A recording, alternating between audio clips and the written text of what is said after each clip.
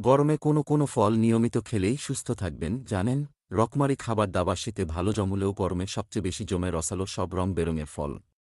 গরমে শরীর ঠান্ডা করতে, দেহে জলের পরিমাণ ঠিক রাখতে কিছু ফল খুব জরুরি। এক নজরে দেখে নেওয়া যাক সেরকমই কিছু ফল। ডাবের জল। ডাবের জলে পর্যাপ্ত পরিমাণ পটাশিয়াম ও ম্যাগনেসিয়াম রয়েছে, যা আপনার শরীরকে ঠান্ডা করবে। তরমুজ। তরমুজে ৯.০% বেশি জল থাকে, যা শরীরকে ঠান্ডা রাখে। এছাড়া আছে ভিটামিন ও খনিজ লবণ, তাই গরমে নিয়মিত তরমুজ খেতে পারেন। কাঁচা আম। কাঁচা আমে প্রচুর পটাশিয়াম ছাড়াও ভিটামিন সি ও ম্যাগনেসিয়াম থাকে, যা শরীর ঠান্ডা করতে সহায়তা করে। কিউই ফল। কিউই ফলে বিভিন্ন ভিটামিন যেমন ভিটামিন সি এবং বনয়, ক্যারোটেনয়েড এবং ফাইটোকেমিক্যাল থাকে, শরীরে জলের মাত্রা বাড়ায়।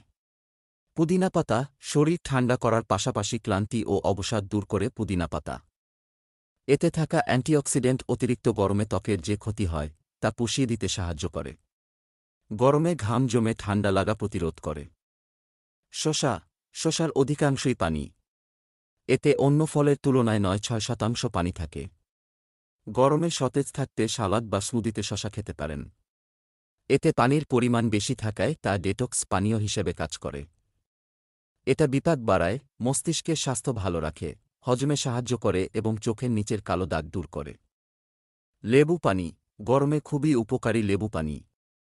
খুব সহজলভ্য লেবু পানির চাহিদা দূর করে। লেবুতে আছে ভিটামিন সি, যা ত্বক ও চুল ঠিক রাখে।